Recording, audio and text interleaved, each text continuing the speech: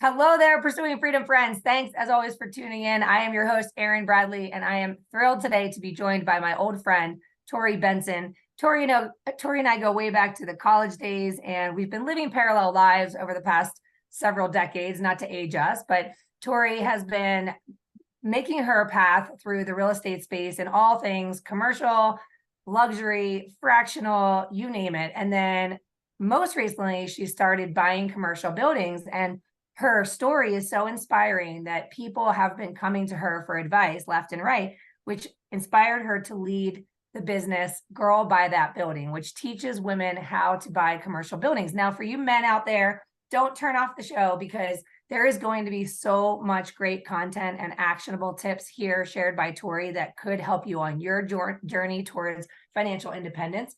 So I'm not going to ruin the whole episode. I'm going to let Torrey introduce herself and share her backstory. And we're going to dig into this journey that I think interests all of us listening here today. And it's how to find our way to true financial independence, passive income, and building the life that we have always imagined. And so I'll let Torrey share what is in store in her future, which is an epic bucket list adventure, which is just too much fun. So with no further ado, Tor, go ahead and share a little about the how, when, and why you got into this business and how it's led you to where you are today. Hi, Erin. Thank you so much for having me today. It is so fun to finally be on your podcast. We've been alongside one another for so long, and now we get to be live. So yes, I have had a very involved past in real estate. To say I like shiny objects would be an understatement. I've got literally, if you could see me, I have like diamonds flashing around me from a crystal hanging in the background. I like shiny things. I like new ideas. I like trying out new things. And so for most of my career, I have been in the real estate space, started in commercial real estate, kind of leasing and development. And then I moved into historic rehab projects and development projects and sales in Denver. I moved into luxury real estate in Vail. I did transactional tenant rep in the Denver, Boulder area. And then I've done luxury and commercial here in Bozeman and beyond, and have now moved to solely investing and not just representing clients. For a long time, I was kind of feeling like, oh my gosh, I just chase shiny objects. Like what is my one thing? If anybody's ever read that book, it's a great one. What's my one thing? Like, what am I focusing on? What am I doing? And the reality is that all these shiny things that I chased and all these different facets of real estate, have really been under one overarching theme: real estate. I love it. It's in my blood. My dad was in real estate. I grew up in real estate. We'd travel around, we'd drive to Iowa for Thanksgiving, and we'd pull into different developments that were happening. And my dad would explain, what he was working on or what was going on there. So this overarching real estate theme has been there. Sure, have I chased shiny objects for different experiences, but I've been collecting those and putting those in my pocket. And now I've had this incredible, wealth of experience in this world where now I feel like I can soar higher. That's when I started digging into investing several years ago, more so than I had before, and especially digging in and buying a building. Holy cow, that was like a big deal. And this seems like a big deal to a lot of people out there. But the point is that, building that career capital, chasing those shiny objects has not been a deterrent for me over the years. That has really guided me to where I am today, and feeling very comfortable about where I am, and feeling so passionate and excited about what I do. And I get to share that now through Girl Buy That Building with other women. So I'm investing, I'm managing my properties, but then I'm also literally sharing the wealth with women that come to me and want guidance on how to reach for the stars. So a couple questions I have for you, because a lot of the people listening are where you once were, currently, in sales, looking for transactions, looking for that next commission, that next deal, et cetera. And as we're recording this, we're in an interesting market. And I'm curious, it sounds like you even alluded to it yourself, that It sounds like such a big deal. It's a big deal to go from doing transactions, representing buyers and sellers, to all of a sudden you're the buyer and you're buying a building. I guess my first question was, I totally understand how your interest was sparked. And then to take the action, was it scary? And what was it that propelled you to say, yeah, it's scary, but I'm doing it anyway and I'm leaping? And like, how did that transpire from I have, I have this career to I have this idea, and then bridging the gap from idea, fear to execution, and now teaching others how to do it? Sure. So I think it was probably my first midlife crisis, and likely there will be more, but years ago, I had two kids, a husband. I was hustling in a very busy Bozeman real estate market, listing and selling homes. And I just on a whim with a best friend decided to start another business that had nothing to do with real estate. And I was over my head. I was laying in bed until, 12, 1 o'clock in the morning, responding to emails. I was so stressed out every morning when I woke up. And it was becoming so apparent to my kids and my husband that like the Torrey they knew before was, she was like a shell. She was somewhere hidden under a rock because this crazy frazzled person replaced her. And it wasn't until that business that I started with a friend was just showing so many sad and bad things that came out of it. Just a really tough time in my life when I couldn't handle all the balls that I was juggling and things were failing, friendships, relationships, all the things. And so it wasn't until I decided to walk away from that business that I said, okay, that was a huge wake up call. I gained some things and I lost some very important things. And I need to take a break and sit down and look inward. And thankfully, that actually was suggested by my husband. It's so nice to have supportive people around you that can sometimes see what you can't see. Because I just figured like, okay, that thing's off my plate. Now I'm just going to throw myself now 100% back into real estate and selling real estate in Bozeman. But he said, Torrey, I think it's really time for you to sit down and take a break. So I allowed myself that break. And I went to Barnes and Noble and I found myself, I had never been in the self-help section before of the bookstore. And I just wandered in there. I grabbed a coffee and I started looking, and I found a few books that just spoke to me based on the spine. You're not supposed to do that, but that's what I did. And I read a bunch of backs of books and I picked one. And then I started reading in the cafe. And the first thing it said to do was grab a journal. So I went back and I grabbed a journal in the journal section and some pretty pens. I'm a colorful, creative person. So I started journaling. And then she also recommended in her book to start planning. And I realized I have never really been a great planner. I'm a reactor. I like to think I go with the flow, and part of that just comes with being in real estate. Man, how many days happen when you're in the transactional world where you had a plan and that plan just went completely wayward? And it's frustrating when that happens. And so I learned not to be this like planner.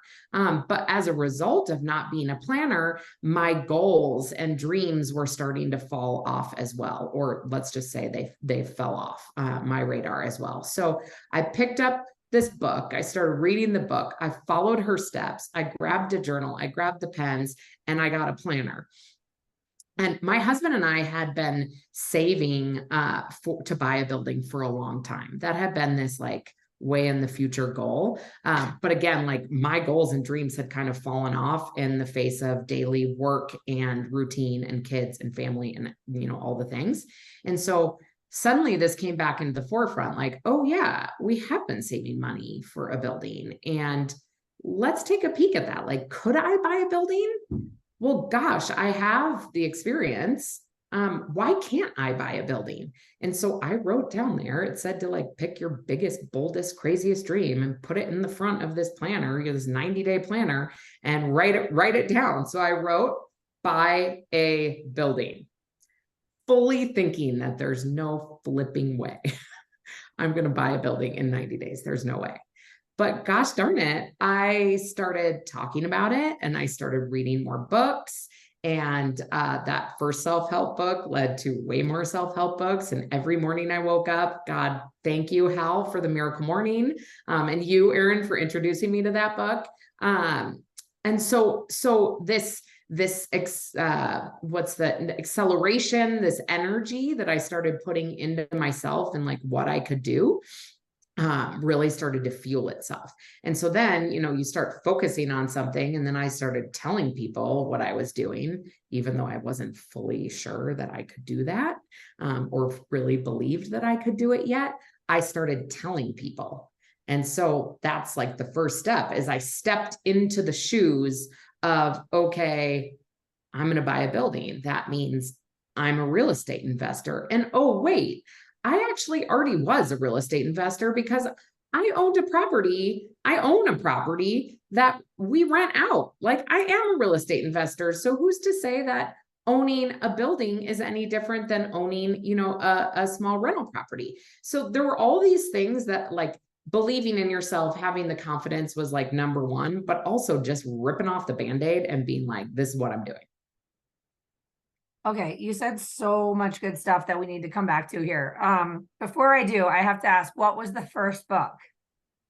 It was Rachel Hollis, Girls Stop Apologizing. Awesome. I love that. And I'm a middle child of 4 kids.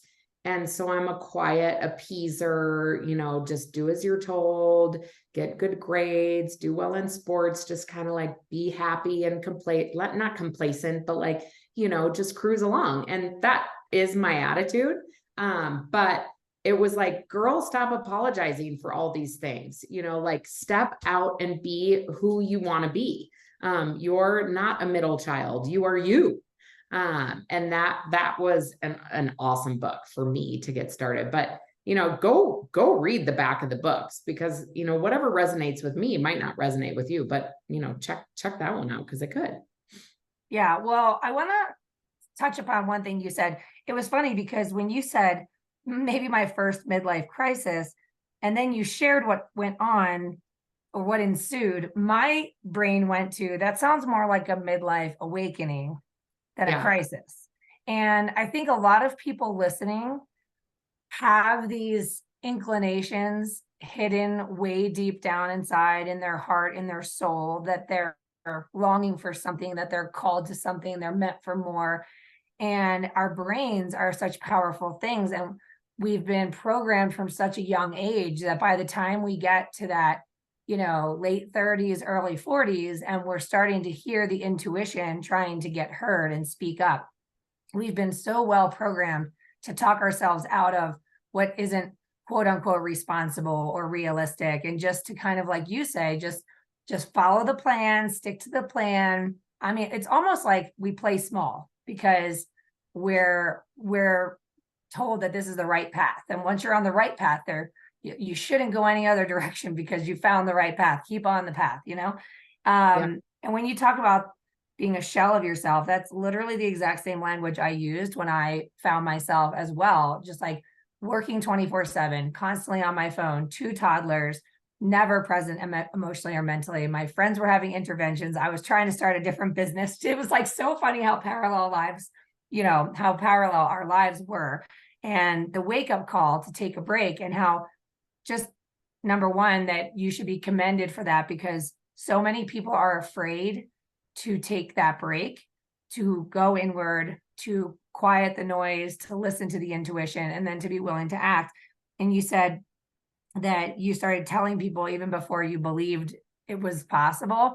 And then, even before you believe it, you just kind of decided to rip the Band-Aid off. And I just kind of want to highlight these things that you've said, because there's no way everyone listening hasn't been there in some capacity where you feel like you've become a passenger on this speeding train and you're not aligned, but you can't convince yourself that there's any other way. So it's better to just keep going, keep grinding, keep hustling, even though you're on a train going to a destination that maybe isn't even where you want to be. So, to take the responsibility for yourself to pause, and thanks to Nick for encouraging you to do so, and maybe not everybody has that support in their life, but for everybody listening, if you can relate to anything that Torrey's saying, is take the pause, take the break, listen to the intuition, because on the other side of that fear, on the other side of ripping off the Band-Aid, there's transformation and there are results. So let's kind of dig into that. So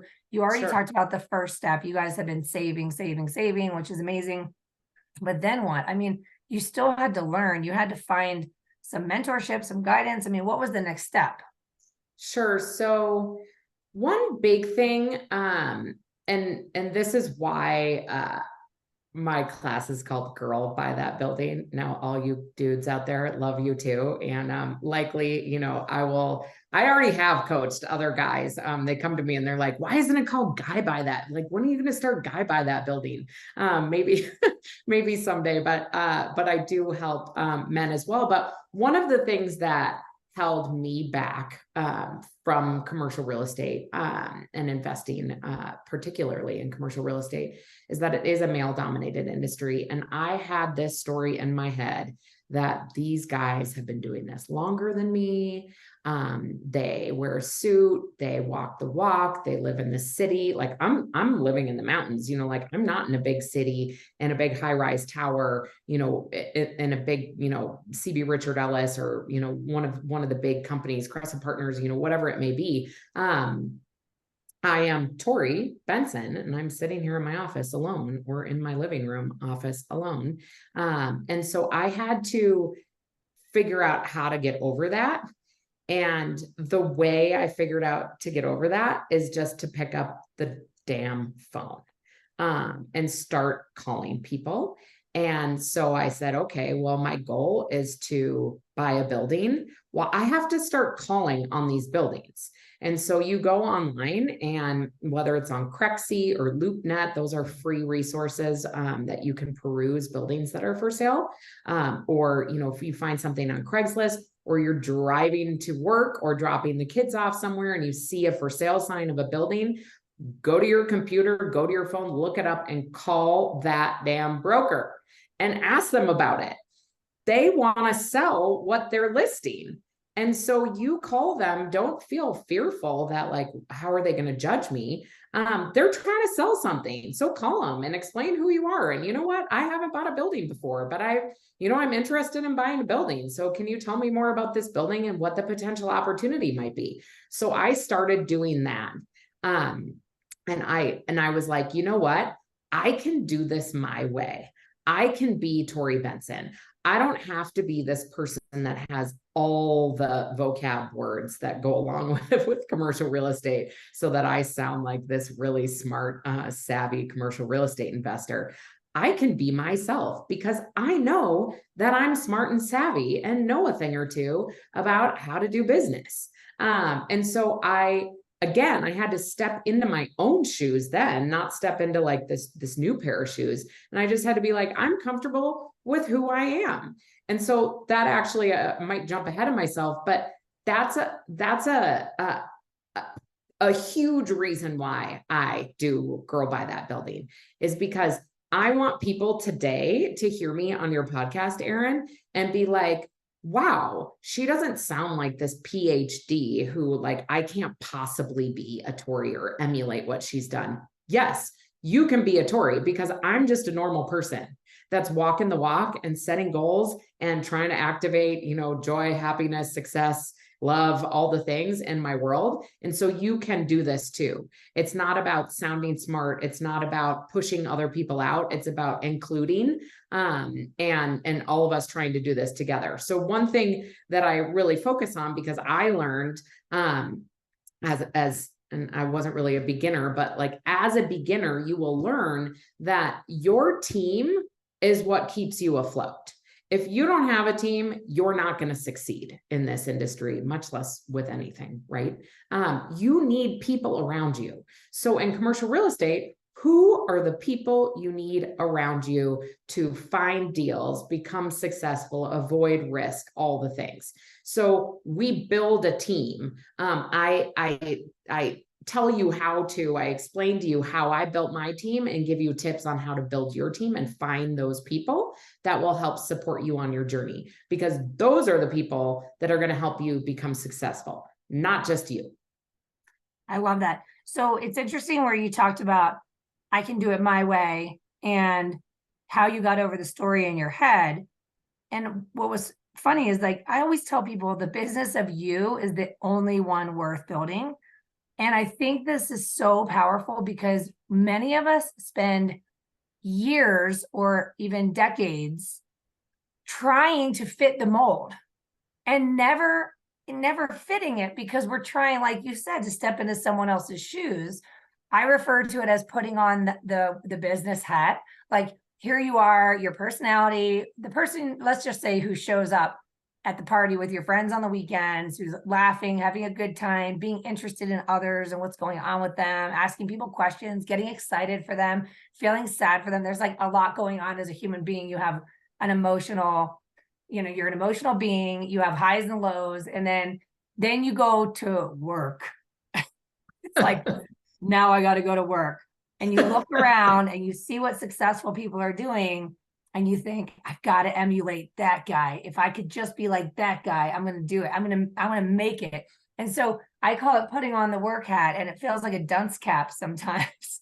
And it weighs like 400 pounds. So all of a sudden, this like light, bright, happy, fun, or maybe just emotional, real human being within you suddenly just gets weighted down by the heaviness of this persona you're trying to put on. And I think that's what really shuts so many of us down. You talk about pick up the damn phone, and I say the same thing. And it's fear, right? It's fear, but it's also the weight of this story in our head of, what if it doesn't work out? And what if this person thinks I'm stupid? Or what if this person thinks I'm salesy? Or what if? And it's like, but what if it works? So I feel like instead of looking at someone else and saying, I have to be like that person, maybe it's more like, I have to recognize that every human being has stories in their head. Every human being has fear. Everyone has the what if it doesn't work. And then those who we see succeeding have decided to say, what if it works? I tune out the story in my head, get over it, I pick up the dang phone and I make the calls, and eventually something works out. And then someone's looking at you as the success, saying, oh, I just need to be like her. If I could just be like her. It's like, no, just be you, be more of you, and just become unleashed and stop making excuses for why you can't do it. It's like, you can, you're just letting the story in your head hold you back. So one question I have for you is, you give a lot of really good actionable stuff there, but what about the person listening who's like, okay, but I heard her say that she and her husband saved a lot of money, and I don't know where to begin, because right now I'm facing maybe a challenging market where maybe I don't have as much liquidity or as many sales as I did in the previous years. And so again, stories, right? We got a lot of stories going on right now. It's a lot of but. So what if someone was beginning saying, like, I've decided I'm going to buy a building, and I'm going to do it my way, and I'm going to take the advice of those who remind me of my future, but I'm not going to try to be like them. I'm just going to be like me, but I'm going to take the action and do it. Where do we begin? Sure. So there's so many things. But one thing that I think is a really great place to start, again, is in your team building. And so do you have a friend? Do you know somebody who is a lender, works at a bank? Call that person and say, I'm interested in buying a building someday. And it might be far off. It might be really, really near. I don't know yet, but I need to sit down and understand how that financially works so that I can put a pen to paper and make that happen. I too suffered from this for a long time. I was just like, no, I can't, like, I don't have family office money. I'm not rich. I don't have enough money to buy a building. And so I just, like, that was my excuse. Well, I'm not going to go waste their time. I'm not going to waste their time. How many of us say that? every day. I'm not going to waste their time. I don't fit the avatar, that they're looking for. How the heck do you know that? That is not true. There are amazing people out there every day that have far less than you that picked up the damn phone and they got an opportunity, or at least they got the opportunity to sit down with somebody that knew more than them about something they didn't know about, and they helped them plan. And so what I would say is, today, start looking around for bankers or lenders. In the commercial real estate space, I just started reaching out and Googling female commercial lenders in the market that I target, which is in the Minnesota state of Minnesota. And I found a lot of women to connect with that way. Not that I don't like doing business with men, because I have a ton of men on my team, but there are less women in commercial real estate. And so I want to try to elevate them. And so I started there. And then when I have that first meeting with them, or that first conversation on the phone with them, I have like an easy icebreaker that shows them who I am. Like, hey, I just Googled you. This is a totally random call. I'm going to be forthright, but I'm interested in buying buildings and I'd love to work with a woman. And this is my friend, Melissa Johnson. She owns Entrebank in Minnesota. I found her because she was like the 40 under 40 and rising star in Minnesota. And I didn't even know that she was starting a bank. Like, she now owns a bank and she's so rad. I've created a relationship with her just by that random cold call. And now I pick up the phone, I call her, we connect on different deals. I send her gifts. Those are just things I do in order to create this team around me that I can call when I don't know how to do something, because I do not know how to do all the things. I am learning every single day because every single deal is different. So you're never going to know all the things. And these bankers, all of these professionals that you're going to work with, they don't know every single thing either. So they rely on their network. So step one is to pick up the phone and call somebody that you can start to activate. I would say it's a money person. So if it's a banker, if it's a financial planner, and say, I want to buy a building. How does that look? Okay. So this is Torrey's version of that. So how does that look? How much money do you have in the bank? How much money do you have in savings? How much money do you have in random IRAs and 401ks for different companies you've worked for? Are they all spread out? Maybe you can consolidate them, and maybe you could invest passively through a self-directed IRA. Or maybe you have some money that you inherited, or maybe, you have a business that needs space. And so you could go and you could find a building. And if you get an SBA loan, you only have to put 10% down on a building. So say you found a $500,000 building and you only have to put 10% down, that's $50,000. Okay, that's still a ton of money, but it's far less money than $150,000, $200,000, $350,000 to buy, $1 million plus building and have to put 20 to 25% down or 30% down. So if you have a business and you can go buy a building with your business, then putting 10% down, okay, $50,000. How can I scrape together $50,000? I would argue that almost any person in the United States of America can somehow figure out a way to cobble together $50,000. If you have a good plan, good business plan, and you've got people behind you to leverage you. So again, building your team, that's what, like, if you're looking for investors to buy into an idea that you want to have a strong team around you, an attorney, an accountant, a banker, who else? A coach, if you have a coach. So Erin, you asked earlier, like, what else did I do? I built this team. I also hired a coach. I hired a coach that could help me with things that I wasn't, where I didn't know about self-directed IRAs. I had a trust. I had done some estate planning with my husband. There were like front end things that help you put your plan and your whole personal financial, it's called the personal financial statement, but like putting everything in it like a blueprint of like, here's what our financial picture looks like. That's like step one. So having somebody guide you through these steps actually comes before the investing. So the money piece is really big. And that's oftentimes, I just heard it at my kids' school pickup the other day. One of the teachers said, Torrey, I saw you on TikTok, which is hilarious because my assistant puts me on TikTok. And I was like, oh, you did? What, like, what was that? But she said, you said, just go out and buy a building. Like you have the money to do it. And she was like, I don't have the money to do it. Who's got that money to do that?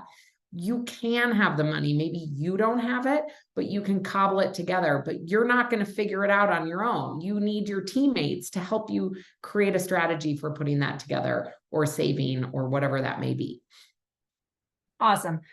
Well, you said so many good things here, and I want to honor your time. One thing I guess I want to leave the listeners with is that regardless of whether it's in your plan to think about buying a building or not, some of the key takeaways here are hang around people that know more about what you want to know about more than you do. Yeah. So always put yourself in the room with people that remind you more of your future than your past.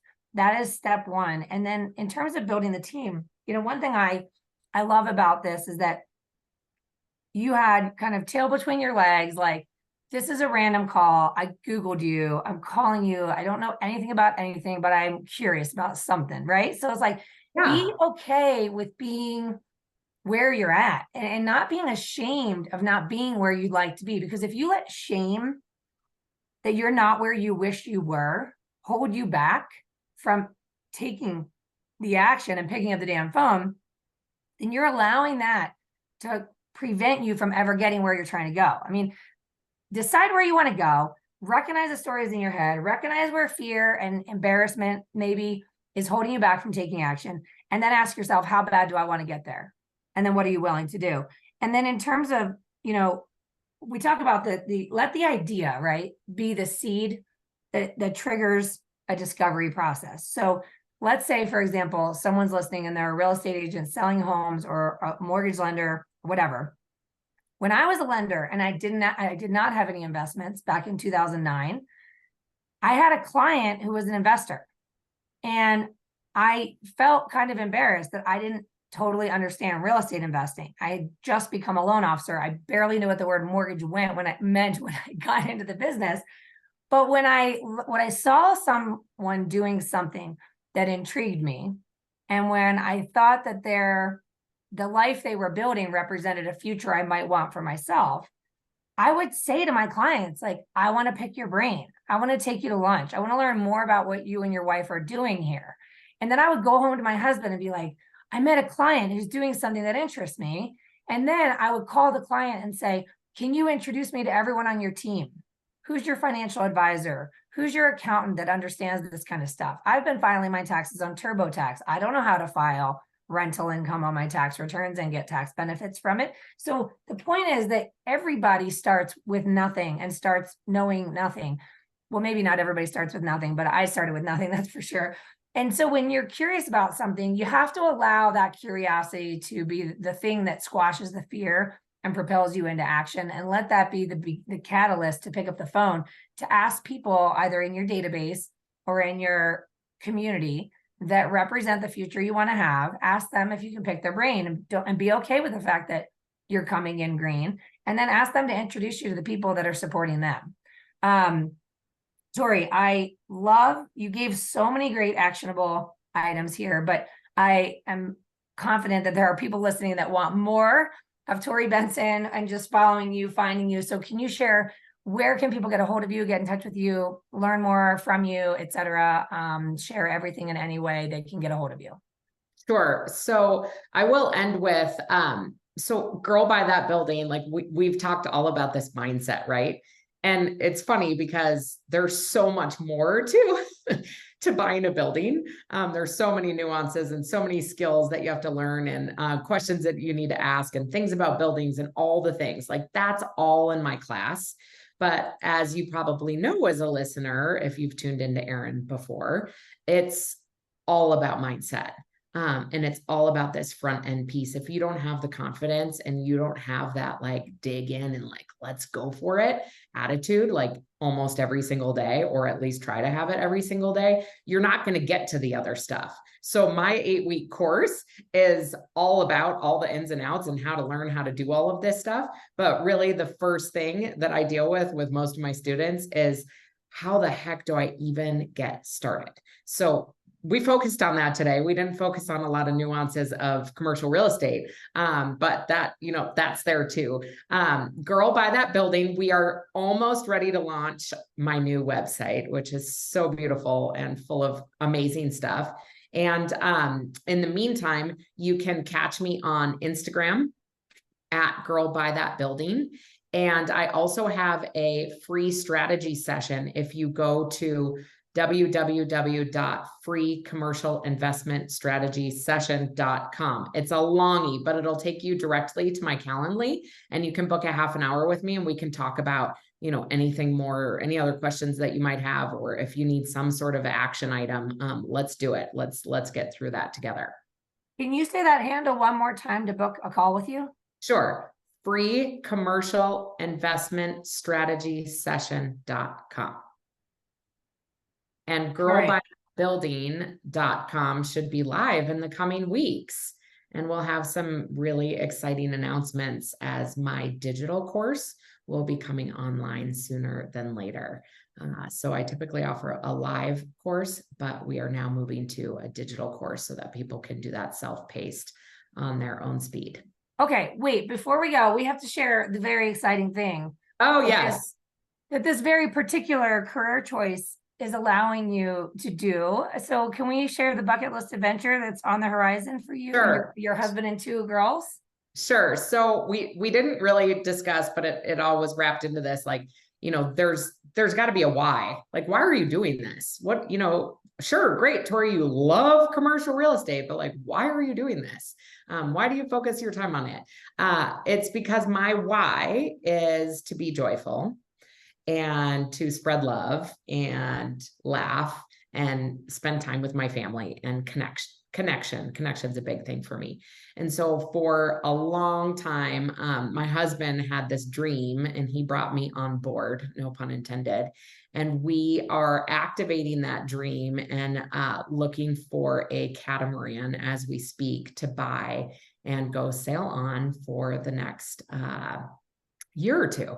And so we're going to put our kids on that boat and homeschool, and owning commercial real estate is allowing us to take that leap and to do that. And I will be tuning in from there, starting in early 2024, which will be super exciting. But yeah, we're activating on our dreams because of these decisions we've made and been relentless about, following that path and setting up a life that what do you call it, Erin? A life that the life you don't need a vacation from. Yes, the life you don't need a vacation from. That's exactly what we're doing. And entrepreneurship and investing has done that for us. We literally, the light bulb went off this summer and we were like, oh my gosh, wait a second. We have built these businesses and we do have this real estate that will allow us to go step on a boat and live on it for an undetermined amount of time. Like, okay, let's go. Let's do it. This is a little crazy, but we're going. So this too can be you, because years ago, I did not think that we were going to get out of the grind. And here we are. We're just doing something wild and fun. I love it. Well, I just got back from a bucket list trip to Belize, chock full of adventures. And as we were cruising around on a catamaran and swimming with sharks and snorkeling with stingrays, I was thinking of you, and I was thinking about the fact that we were going to be recording this interview. And I'm like, Torrey's going to be so proud, but this is going to be her full-time home for a couple years. And it was pretty cool. I was like, it didn't suck. I'm not going to lie. As always, Torrey, just so much good content. For those of you listening, be sure to find Torrey online on LinkedIn and Instagram, follow along, not only for the content that she shares, which really does help inspire people to get going on the journey or keep going on the journey, but also because there's going to be some really cool footage coming in the future as they cruise around the Caribbean and beyond. And create the life of their dreams. And I'll be watching along and admiring the whole journey myself. So I love you so much, Torrey. Thanks for taking the time to be on the show and share with the listeners. Thanks, Erin. Right back at you. I had so much fun today. And for all my listeners out there, Pursuing Freedom friends, as always, if you're enjoying this content, please be sure to leave the review wherever you're consuming it so we can continue to attract amazing guests like Torrey and help this content get found, inspire more people to build that life you don't need a vacation from. I love you. I appreciate you. And I'll see you next time. Mwah.